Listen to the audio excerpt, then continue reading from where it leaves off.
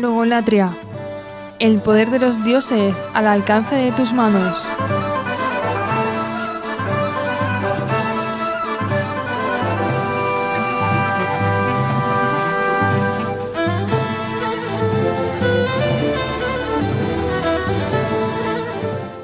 Y vamos ya con la entrevista también de cada mañana. Saben que en los últimos días estamos hablando de estudiantes que están realizando un máster en la Universidad de Salamanca, el máster de Patrimonio, el máster de Gestión y Evaluación del Patrimonio, y hoy creo que vamos ya con el último de esos grupos. Son grupos muy numerosos, hay muchos alumnos, pero este año han sido 4 grupos, creo.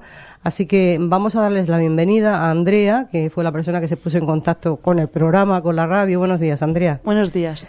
Y preséntanos a tus compañeros, porque vienes acompañada de 2 de ellos, ¿no? Sí, efectivamente. Vengo acompañada de David, nuestro coordinador, y de Gemma, que es la persona encargada de lo que es un poco la difusión en redes sociales más allá de Instagram, Twitter y Facebook, etcétera. Uh-huh. Es la que se encarga de nuestra página web y del blog. Y tú eres la comunicadora audiovisual, ¿no? Sí, yo me encargo de lo que son los vídeos de YouTube y un poco de grabar lo que es el contenido para difundirlo en las redes. Uh-huh. Yo no sé por qué siempre el coordinador o la coordinadora siempre se sienta justo en la silla que está justo enfrente, que tengo más de frente, sí. Pero yo estoy aquí en la pecera. ¿Por qué será? ¿Por qué será eso? El coordinador es el que coordina, ¿no? Yo creo que también el sentarse en ese sitio, yo creo que te da más espacio, ¿no? Para poder coordinar también esta entrevista. Claro, justo eso. Bueno, contadme de vuestra experiencia. Lo primero que me interesa es por qué le habéis puesto este nombre, logolatría, y qué significa. No sé si tiene un significado este término. Logolatría, sí. Nuestro trabajo consiste en hacer una comparación entre los animales sagrados en el Antiguo Egipto y las marcas actualmente que utilizan estos mismos animales en sus logos. Entonces queríamos como comparar los 2 tipos de culto. Entonces por eso pusimos ese nombre. O sea que en Egipto, no sé si queréis decir que en Egipto se rendía culto a estos animales que consideraban animales sagrados, y en la actualidad en la sociedad de consumo rendimos culto a determinados productos. No sé si es esa la idea, ¿no? Sí. Pues fíjate que pronto la hemos captado. Comentarnos un poco cómo ha sido el proceso creativo. Lo primero de todo, cómo se configura el grupo, ¿no? Y también por qué elegís precisamente ese tema. Bueno, el grupo surge a raíz de que el profesor lo hiciera por sorteo. Sí. Y repartió varios temas. A nosotros nos tocó el Antiguo Egipto, y analizando pues algunos de los aspectos más fundamentales de la época, caímos en que los animales sagrados era algo que representaba bastante bien el periodo helenístico, concretamente. Y lo primero fue eso, un poco el grupo se configura a sorteo, digamos, os ha tocado trabajar juntos. ¿Cómo, habéis llegado a constituir equipo? Porque esto es complicado, ¿no? Ser un equipo, ser un grupo es una cosa, pero funcionar en equipo es otra. No sé si estáis contentos también con ese resultado. Sí, ha funcionado bastante bien. Todo el mundo se ha encargado de sus cosas perfectamente, así que me han puesto el trabajo muy fácil. Muy bien. ¿Cuántos sois? No sé si 8 o 9. Somos 9. Sois 9. Sí. No sé si mayoría de chicas, como sucede en los otros grupos, o en este caso está más distribuido. Yo creo que está distribuido. A ver, porque hay un micrófono que no tenemos abierto, no sé qué nos pasa. Vamos a ver si... No sé si es que nos han cambiado el micro de sitio. Vamos a ver. Habla de nuevo un poquito, porque yo creo que nos han cambiado el micro de sitio. Voy a abrir otro. A ver ahora sí escuchamos tu voz perfectamente. Que en el caso de logolatría yo considero que está bastante repartido, porque seríamos David, que es el coordinador, Amaya y José o Pepe, que son los comisarios, luego estaría Alba, que es la encargada de actividades, Emilio, que es quien hace todo nuestro diseño gráfico, es decir, toda nuestra imagen se crea desde cero, y la verdad que el resultado ha sido bastante bueno, porque todo lo que se ha expuesto en el stand y lo que nos representa como tal ha surgido en base a todo lo que Emilio propuso. Luego tenemos a Daniel, que se encarga de la maquetación y del diseño propiamente del stand, y yo, que soy la encargada de la comunicación, como ha dicho Andrea, que es la encargada de YouTube y de todas esas redes, y Bea, que es la que se encarga de redes de TikTok, Twitter y todo eso. Entonces yo creo que somos de los que más equilibrados estamos. Bueno, pues eso está muy bien. Oye, ¿y cómo es vuestro perfil? Porque, bueno, por tu acento también veo que no eres de aquí, que vienes de otro lugar. Háblame un poco de dónde venís cada uno, de qué tipo de carreras, y al final habéis venido todos a confluir en este máster de la USAL. O sea, yo creo que eso también es algo bueno de lo que tiene logolatría, que no somos todos historiadores o historiadores del arte, sino que, por ejemplo, David estudió filosofía en Madrid, Andrea sí que estudió historia del arte, yo hice filología clásica en Murcia, pero, por ejemplo... Decía que me sonaba mucho tu acento, eres murciana entonces, ¿no? Sí, sí. Claro, es que eres del lado de mi tierra y tenemos un acento muy similar. Sí. Daniel, por ejemplo, estudió arquitectura. José estudió filología clásica y historia, es decir, hizo un doble grado. Es decir, que estamos muy repartidos. Uh-huh. Y creo que eso también ha aportado mucho a lo que se ha terminado de configurar en el stand, que es lo que esta tarde se inaugura y se expone. Bueno, yo creo que estáis muy en consonancia con lo que es la Universidad de Salamanca y la propia Salamanca, ¿no? Que hay muchísima diversidad. Yo no sé si eso lo habéis apreciado, no sé si ya conocíais Salamanca o es la primera vez que estáis haciendo este máster. ¿Cómo es el caso? No sé si algunos incluso estudiasteis ya aquí el grado. En nuestro caso, de los que estáis aquí esta mañana, no, pero hay parte del grupo que sí que había estudiado aquí la carrera y que se ha quedado para estudiar el máster. Sí. De Salamanca ninguno. De Salamanca ninguno, fíjate. Bueno, pues así es Salamanca. Y bueno, háblanos un poco, para que también nos enteremos nosotros, que vosotros seguro que habéis aprendido y que vais a mostrar mucho de lo que habéis aprendido en ese stand, ¿no? Creo que se inaugura esta tarde, ¿no? Sí. A las 4. ¿Cuáles eran esos animales sagrados en Egipto? Yo estoy pensando en los gatos. A mí me parece que los gatos eran muy sagrados en Egipto, ¿no? Sí, o sea, nosotros como tal nos basamos en el videojuego de Assassin's Creed, porque fue como tal la temática que se eligió para este año. Entonces, un poco, la gente que también veníamos de historia del arte, sí que teníamos una base en lo que es un poco la iconografía egipcia. Entonces sí que nos dimos cuenta de que se representaban muchísimo los cocodrilos, los gatos, los halcones, por ejemplo, el ojo de Horus, el escarabajo. O sea, no solamente eran ya dioses, sino que también se utilizaban como forma de protección en joyas, ropa, etcétera. Entonces sí que vimos como un poco un nexo de unión entre lo que eran los animales sagrados que se representaban en dioses, como puede ser el cocodrilo con Sobek, o aquellos animales que eran usados más allá de ello, como por ejemplo el escarabajo, en utensilios quizás más del día a día. Uh-huh. Bueno, yo creo que el ser humano, yo creo que es siempre igual, quiero decir, parece que es eterno, porque hay también todavía hay muchas personas en que se ponen determinado amuleto porque piensan que les va a dar buena suerte, ¿no? Estaba pensando también en un ojo que no sé exactamente ahora cómo se llama. Sí, el ojo de Horus. El ojo de Horus, que sí que se lo suelen poner, sobre todo muchas mujeres, ¿no? En colgantes y en algunas joyas. Claro, eso es lo que nos dimos cuenta de que, por ejemplo, en el antiguo Egipto ese ojo se utilizaba en la gran mayoría de representaciones como una protección, etcétera, y que ahora son las marcas más de lujo, más, digamos que no están al coste de todos, los que la utilizaban como forma de lujo, de quizás... de distinción, sí, y de esa pervivencia que siempre ha tenido el mundo antiguo, aunque nunca nos haya gustado tenerlo. No sé si alguno ya era amante del antiguo Egipto, de Egipto, ¿no? Porque yo creo hay egiptólogos, hay personas que dedican toda su vida, ¿no? A investigar sobre Egipto. No sé si hay alguno de esos en vuestro grupo. Bueno, a Pepe sí que estaba muy interesado por lo que es el periodo de Egipto. Entonces, también nos ayudó muchísimo el hecho de que él estuviese como tal integrado con ese estudio. Al final, la gente que vinimos de Historia del Arte tuvimos que hacer la asignatura en primero de carrera. Yo, por desgracia, hasta tercero. Entonces, apuntes tenía de sobra. Entonces, tiramos un poco también de lo que teníamos de nuestras carreras. Un poco también en mezclar el que quizás Gema conocía más la parte filóloga y quizás yo era más artística, David quizás conocía igual la parte más filosófica, etcétera. Uh-huh. Oye, ¿cómo lo habéis contado? Porque lo que estamos contando esta mañana o lo que me estáis contando, esto lo queréis reflejar también al público en la exposición. ¿Cómo se concreta, no? Todo ese conocimiento que vosotros queréis trasladar a la sociedad, porque al final el arte también, ¿no? Es traslado de conocimiento. ¿Cómo lo habéis plasmado? Porque también lo comentaba yo con vuestros compañeros, al final son unas cajas de cartón para poder llevar a cabo, ¿no? Esa transferencia, ¿no? Y tener, digamos, una constancia, ¿no? Del mensaje final que vosotros queréis lanzar. Sí, con las cajas de cartón lo que hemos intentado es recrear una tienda de lujo jugamos un poco con el concepto entre tienda y templo para explicar precisamente el concepto de cómo hemos pasado de los dioses sagrados a venerar a las marcas de lujo. Entonces intentamos dar esa apariencia, aunque claro, con cajas de cartón es un poco complicado, pero... Bueno, tenéis un arquitecto, ¿no? Sí.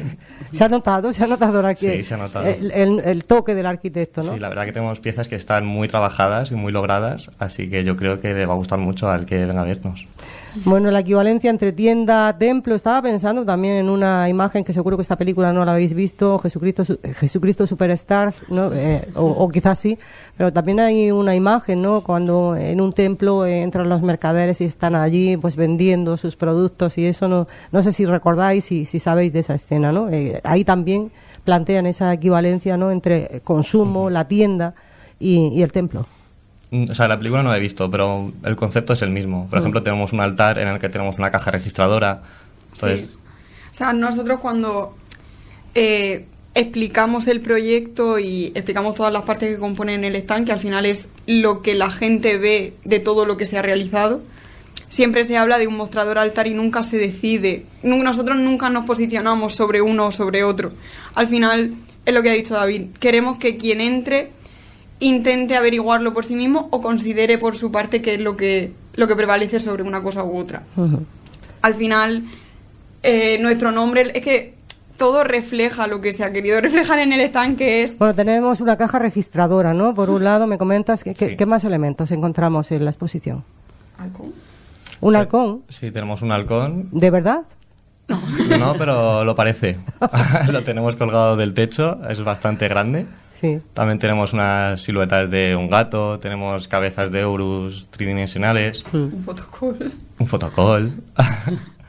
O sea, hemos querido como tal representar lo que es en su estilo un templo del periodo. Entonces sí que, por ejemplo, hemos jugado mucho con el hecho de las columnas, con el hecho de un poco la policromía que había en el Antiguo Egipto, que mucha gente desconoce por el estado de conservación que tiene actualmente. Entonces hemos jugado un poco con eso, en plan, entre la sobriedad de lo que la gente conoce, un poco la sobriedad de las marcas de lujo actualmente, con la policromía que presentaba el Antiguo Egipto, con la belleza, con la poderosidad. Uh-huh.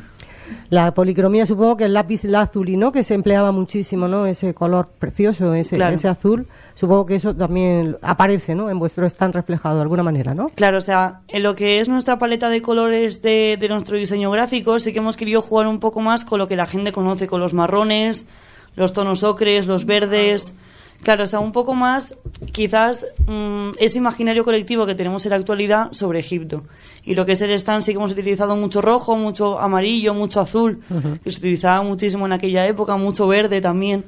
También que nos representa un poco el Nilo. Yo creo que como mínimo a más de uno le van a dar ganas de sacar un billete para irse a Egipto, ¿no? Si va a haber vuestra exposición. Comentadme un poco todo el proceso de producción de esto. Supongo que hay primero documentación, ¿no? Hay que informarse perfectamente de cómo era esa sociedad, ¿no? Y también tener bastante conocimiento de cómo funciona la sociedad actual.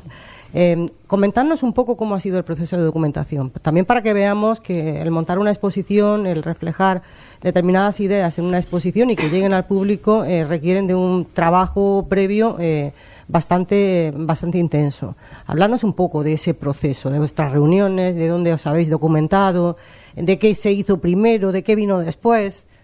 Pues nosotros primero seguimos las entregas que se tuvieron que ir haciendo para los profesores y entonces en primer lugar hicimos un documento donde se establecían 7 categorías, pues lugares singulares, lugares sagrados, etcétera, y en todos ellos identificamos la relación que tenían los animales sagrados con esa temática.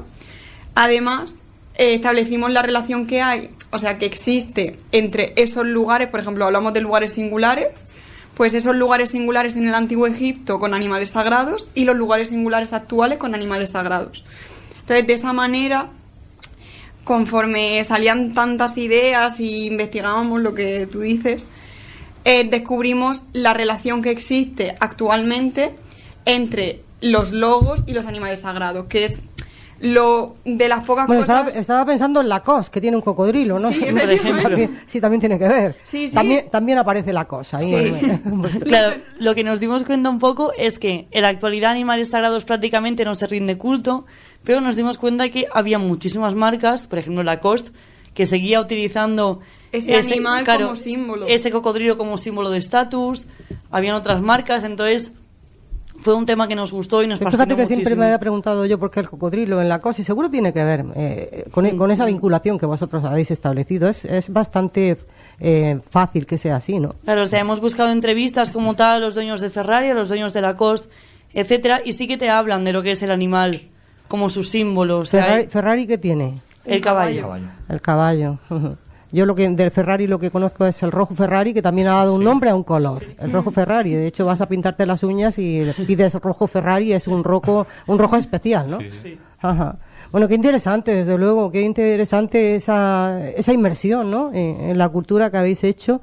Y bueno, el tema de la difusión, hoy estáis aquí en la radio comentándolo, pero ¿cómo lleváis ese tema de la difusión en redes sociales? Que también hay que tener muy claro el mensaje para que cale. Tiene que ser corto, pero tiene que ser intenso, tiene que reflejar muchas cosas. Todo el mundo no sabe trabajar en las redes. No sé cómo ha sido vuestro caso, si habéis participado todos, si hay alguna persona que se haya ocupado específicamente de eso. O sea, nosotros tenemos una compañera que es Beatriz, que Beatriz se encarga de lo que son las redes sociales más, digamos, usuales a día de hoy, más coloquiales, que son TikTok, Instagram y Twitter. Bueno, lo que ahora es X. Entonces ella se ha encargado un poco de, entre todos, sí que hemos grabado vídeos del proceso, hemos ayudado todos un poco en lo que es la toma de fotos, etcétera. Al final, a mí, por ejemplo, que también hago vídeos en YouTube, también me facilita muchísimo que quizás los días que yo no puedo ir por la mañana yo tenga vídeos. Entonces ese papel sí que se ha repartido mucho entre todos, y Beatriz y yo hemos sido quizás como las encargadas de plasmarlo al mundo. O sea, Beatriz al final ha pillado muchísimo esa lo que es, esencia, claro, el sí, mensaje que nosotros queríamos derivar a la sociedad. Entonces eso, han sido publicaciones muy cortas que enganchan, con mucha pregunta para atraer al público y así pues despertar su interés y su curiosidad. claro, o sea, al final en los vídeos de YouTube sí que se han centrado más en quizás vídeos mucho más largos del proceso, donde la gente pueda conocer más a fondo, y en TikTok y Instagram sí que se puede ver quizás con un toque más humorístico. Sí, el día, sobre todo, Bea se ha encargado mucho de ese día a día que nosotros vivimos constantemente. Claro, en darle un poco de humor a todo lo que hemos ido haciendo. Oye, ¿y qué os parece que el trabajo final de este máster sea precisamente esto? No sé si tenéis también alguna idea al respecto. ¿Qué os parece que este máster concluya con este trabajo? ¿Y qué tipo de conocimientos realmente son los que se ponen a prueba, ¿no? Cuando ya os encarga realizar esta exposición?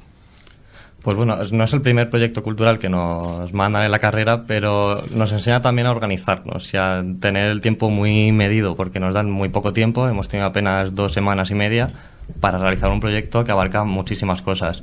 Entonces yo creo que sobre todo el mayor aprendizaje es ese, el saber controlar los tiempos, tener todas las tareas organizadas. Yo creo que es eso. Yo no sé si alguno ya os vais a dedicar a esto. Tras la experiencia ya pensáis, es que a mí esto es lo que me encanta y quiero dedicarme a esto, al mundo de las exposiciones. No sé si se da el caso en alguno de vosotros, porque claro, ahora termináis el máster y viene otra etapa en vuestra vida, ¿no? Que tendrá mucho que ver ya con el tema de la profesión. No sé si esto os ha marcado de alguna manera, si habéis visto que este puede ser vuestro camino. Realmente con esto os estoy preguntando para qué os ha servido este máster. Sí, no. No sé si me queréis contestar a eso. Sí, o sea, yo creo que al final el mundo de lo que es la gestión cultural es muy amplio y nos damos cuenta también en lo que es el máster, porque yo al final, yo creo que todos nos metimos en este máster pensando vamos a hacer cosas en museos, y al final es mucho más allá. O sea, las prácticas, por ejemplo, de nuestro grupo son súper variadas. O sea, ninguno va prácticamente al mismo sitio, y el que va prácticamente a los mismos centros, que igual son museos, etcétera, no tiene nada que ver unas prácticas con otras. Nuestro compañero Emilio sí que va a hacer las prácticas en Patrimonio Histórico en Madrid. Beatriz es de Alicante y entonces se vuelve allí para hacer las prácticas en un museo. Pero, por ejemplo, Gema está en la Casa de las Conchas. Bueno, pues ayer estuvimos en la Casa de las Conchas, Gema.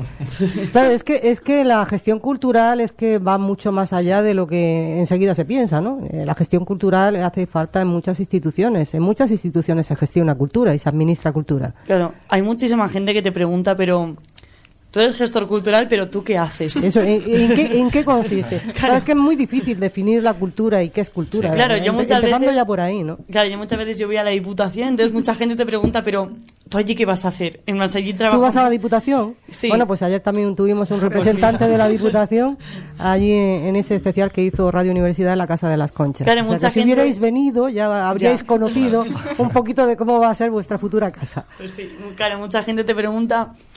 Claro, ¿Qué por tiene ejemplo, que ver? claro, David se va a un centro de interpretación, entonces, claro, ¿tú qué vas a hacer allí? ¿Sabes? En plan, la gente no sabe muy bien qué haces en tu día a día, en plan, tampoco sabe muy bien qué pintas tú en un sitio público, que quizás estamos como más normalizado el tema del derecho, de la administración, etcétera. Entonces, yo creo que es un poco el hecho de como saber montar proyectos, el hecho de llevar ideas a cabo y que sean viables. Claro, y es que es como es todo tan abstracto, al final es que es todo muy muy abstracto, ¿no? En el tema de la cultura es todo muy abstracto, las ideas. Me comenta tu compañera que vas a un centro de interpretación. ¿A qué centro vas? Bueno, veo una asociación sociocultural en Asturias. Asturias, Sí. que no sé si eres asturiano, precisamente. No, yo soy de Madrid, pero conocí a esta asociación y la verdad es que la seguía desde hace bastante tiempo y tenía mucho interés. Y voy a estar allí haciendo como un catálogo de patrimonio inmaterial, haciendo un mapeo sobre las fiestas tradicionales. Así que con Que muchas ganas. también la cultura también es eso, ¿no? Sí. La tradición, ¿no? Y las fiestas y las costumbres Sí, en los o sea, pueblos, de hecho, ¿no? en el máster tenemos una asignatura de patrimonio inmaterial que se dedica exclusivamente a este tipo de contenido. Que supongo que habéis percibido en este máster, y ya lo sabríais de antes, que el patrimonio cultural de Salamanca y de nuestro país en general es un patrimonio, vamos, incalculable, ¿no? Realmente tenemos muchísimos sectores, ¿no? Donde se está produciendo muchísima cultura y realmente yo creo que quizás eso también facilite un poco más vuestra inserción profesional, que no sé cómo la veis. No sé si todavía... ¿Cómo veis vuestra inserción profesional? Todo esto que habéis aprendido, que lo habéis puesto en práctica ahora, a la hora de hacer la exposición, ¿cómo veis que podéis trasladarlo a vuestro inmediato futuro profesional? Porque ahora os vais de prácticas, ¿no? Que supongo, no sé si es un mes, 2 meses de prácticas. 3 meses. 3 meses de prácticas, pero no sé cómo veis que podéis encajar. Bueno, yo creo que como hay un auge de protección de la cultura y del patrimonio, tenemos posibilidades de encontrar trabajo. O sea, yo por mi parte me gusta mucho la temática del mundo rural y natural, entonces también está en auge, hay muchísimas subvenciones en ayuntamientos para gestores culturales, dinamizadores, entonces creo que ahí sí que hay un nicho que puedo tener suerte. ¿Y tú cómo lo ves, Andrea? O sea, sí que es verdad que es un poco lo que dice David, o sea, quizás no encontramos tanto trabajo en lo que son las grandes capitales, que es lo que siempre habíamos pensado, pero sí que nos hemos dado cuenta de que hay mucho en el medio rural que hacer, porque hay mucha gente que necesita quizás de un gestor cultural porque claro, al final son pueblos pequeños, no tienen mucho presupuesto, no saben también muy bien qué hacer con lo que tienen. Entonces sí que hemos tenido muchísimas visitas a, por ejemplo, la Ruta de la Plata, a tantos pueblos que quizás son tan pocos habitantes que ellos mismos se encargan de la gestión cultural, pero no saben muy bien cómo. Entonces sí que encontramos también, quizás hay una brecha que podemos aprovechar en lo que es lo que llaman la España vaciada. La España vaciada, que aquí tenemos ejemplos muy cercanos, ¿no? Y Gemma, ¿tú cómo lo ves? Al final- Ese tema de la inserción profesional a posteriori se necesita de vosotros, de los gestores culturales, están abriendo espacios para que vos podáis dedicaros a ello. Yo creo que es al final lo que dicen David y Andrea, que sí, y sobre todo también creo que debemos de esperar mucho a las prácticas. Al final todo esto ha sido un papel en blanco que hemos ido rellenando con cosas y que sorprendentemente, porque al principio hace 3 semanas te aseguraba que esto saliese bien, que ha salido bien. Al final en las prácticas es mucho más real todo. Sí te pueden dejar a cargo de algo que puede llevarse a la realidad y esto sí que te lo pueden realizar. Y teniendo en cuenta el auge de la cultura, la protección y todo eso, pues lo que dice Andrea, no pretendo crear algo nuevo en Salamanca o ser la protectora de la catedral, pero si puedo ayudar en algo durante, pues por ejemplo en algunos pueblos que pertenecen a la Ruta de la Plata y puedo ayudar a toda esa gente a poner en valor su patrimonio, pues oye, Claro, creo no- que es para lo que a día de hoy los gestores culturales podemos ser. Claro, y proteger la cultura y proteger el patrimonio, ¿no? Porque yo creo que muchas veces tenemos un patrimonio que no conocemos, que no sabemos valorar y que no reivindicamos, ¿no? Que esté en buenas condiciones. Yo creo que muchas veces ocurre eso. Pues sí. Ajá. Que no es el caso de Salamanca, que bueno, que es una ciudad cuidadísima, ¿no? Que tiene un patrimonio fastuoso, ¿no? Yo creo que no sé si es la ciudad que en el mundo tiene una mejor conservación de su patrimonio. Creo que ayer ese dato se daba en la emisión especial que hacíamos desde la Casa de las Conchas, pero Salamanca sí que cuida su patrimonio. Pero claro, para eso también tiene que haber habido ya personas que se hayan interesado y que se hayan volcado en esa protección, porque seguramente hace unos años, seguramente no era así, ¿no? Y que habría monumentos que no estarían como están en este momento, ¿no? Que tiene que existir siempre, ¿no? Esa figura del gestor cultural y también de las personas que se interesen porque su patrimonio esté en perfectísimas condiciones. Sí. Y yo creo que de hecho por eso el máster aquí en Salamanca tiene tanto prestigio. Creo que está bastante bien posicionado en las listas y es que viene gente de toda España y de América Latina. Sí, Sí, o sea, yo estuve comparando la programación con otros másteres en Madrid, Barcelona, Galicia, y a mí era el que más me gustaba. Hacía mucho hincapié en el territorio, que creo que es algo fundamental para comprender patrimonio. Sí. Y creo que es precisamente por ubicarse en Salamanca que protege tanto y cuida tanto su patrimonio. Oye, y el hecho de que hayáis estado personas, tú comentabas, ¿no? Que venís de todos sitios, de otros países, de Latinoamérica tenemos, yo creo que todos los años, yo creo que también de algún país oriental hemos tenido algunos años. ¿Cómo valoráis también eso? Porque hablábamos de diversidad, ¿no? Al principio, ¿no? De lo importante que es la diversidad en Salamanca. ¿Cómo valoráis eso? ¿Qué creéis que os ha aportado a vosotros en este máster el haberos relacionado con una chica que es de Murcia, tú que eres de Madrid, me comentas, ¿no? Con el caso tuyo, Andrea. Yo soy de Valencia. Fíjate, de Valencia, o sea, prácticamente de todos los lugares del país. ¿Cómo valoráis esto? ¿Qué creéis que os ha aportado incluso como personas, ¿no? O como futuros profesionales? Creo que aporta riqueza cultural, simplemente. Porque al final tú puedes conocer a alguien de oídas que es de Valencia o que es de Madrid, pero hasta que tú no tratas con ellos, no sabes verdaderamente lo que a él le hace de Madrid o lo que le hace sentirse de allí. Al final, esas tradiciones, esa cultura, ese día a día que tú puedes vivir, puede ser muy diferente al mío. Y tu fiesta tradicional o tu fiesta nacional no es la misma que la mía. Y eso, aplicado en el ámbito de la protección del patrimonio, creo que enriquece mucho y te hace ser consciente de todo lo que puede haber ya solamente en España. No nos vamos a salir fuera porque ya te vuelves loco. Pero solo en España te aporta esa visión o cómo lo hicieron allí y yo lo puedo llevar a cabo en mi ciudad. Oye, y si tuvierais que vendernos en este momento vuestra exposición, porque es importante lo que habéis hecho, porque debemos de ir a conocerlo, porque nos debería de gustar, yo no sé cuáles serían las principales cualidades que tiene vuestro trabajo, que habéis plasmado en esta exposición que se inaugura esta tarde, porque es buenísimo vuestro trabajo, cuál es la principal enseñanza que podemos extraer los espectadores que vayamos a verla. Pues mira, en primer lugar porque exponemos uno de los aspectos más importantes de la cultura egipcia, que era su religión, pero además lo hacemos como a través de una mirada innovadora que nos permite también ver la actualidad y la sociedad de consumo de una manera crítica. Además, también el espectador va a poder ver todo el trabajo realizado durante estas semanas, que es mucho, y bueno, va a poder llevarse algunos regalos. Bueno, eso nos interesa muchísimo, no sé si queréis hablar. No sé si algún Lacoste. No, a tanto no nos llegaba el presupuesto, pero sí que tenemos pegatinas, tenemos postales. Muy bien. Tenemos cartas del tarot. Cartas del tarot, es verdad, porque también en el antiguo Egipto también viene de ahí, ¿no? El tarot, la adivinación. Claro. Es que es muy atractiva, desde luego, la cultura egipcia. Yo creo que es quizás una de las más atractivas, ¿no? Que haya existido nunca. No sé si estáis conmigo. Sí, o sea, yo creo que jugamos con ese factor. Jugabais con esa ventaja, ¿eh? Sí, Jugabais sí. con esa ventaja. Bueno, y no sé si también el mejor stand tiene premio. No sé si esto... Bueno, supongo que sí que se puntúa o se evalúa, ¿no? Por lo menos. Sí, sí. Eso sí, eso sí. Sí, se evalúa, supongo que de forma grupal, pero no gana nadie ni hay premio de nada. Ujú. Creo que hace unos años sí que había, Pero ya vieron que... pero claro, el premio era repetirlo Sí.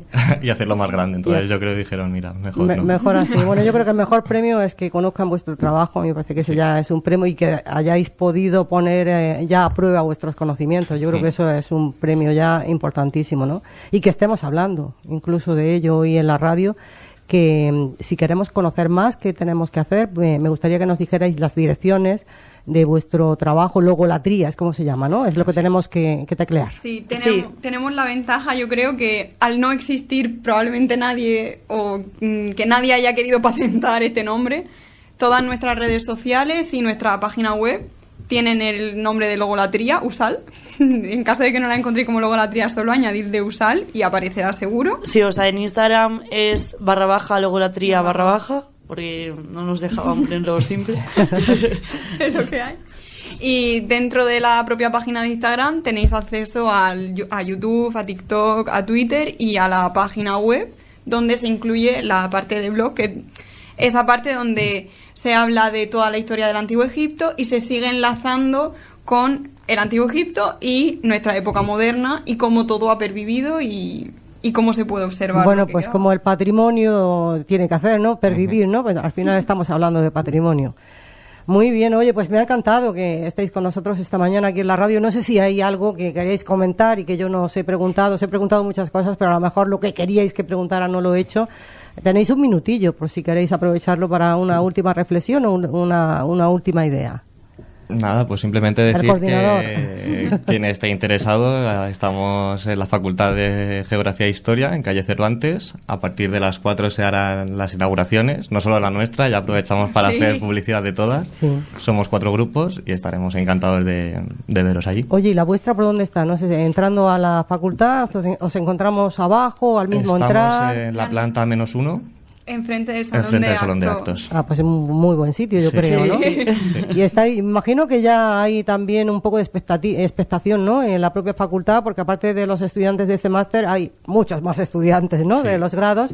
No sé si también es cuando empiezan este periodo, ¿no? Ya que empiezan las exposiciones, porque este máster ya tiene unos años. Sí. No sé si también se genera un poquito de expectación, si pasan por allí los estudiantes, Sí. si os preguntan Claro, durante y... todo este tiempo han estado pasando preguntándose qué estábamos haciendo ahí, porque claro, hasta que ha cogido forma era bastante intrigante. Entonces sí se ha generado un poquito de expectación y creo que va a haber público. Oye, y eso, y es bonito, ¿cómo os ha quedado? ¿Os ha quedado bonito? Me comentáis que una caja registradora, así casi a la entrada, ¿no? Para mí ha ¿Para quedado- vosotros os ha quedado bonito? Sí. ¿Cómo- Sí, La ha verdad quedado. que viendo lo que había hace 3 semanas Y lo o que hay las ahora. primeras ideas que salieron y lo que hay ahora, la verdad que lo ves y parece tu niño. Al final. Al final es como la criatura de uno, ¿no? Yo creo que pasa un poco con eso, ¿no? Cuando se construye algo, cuando se cuenta una historia, al final es como tu hijo. Sí.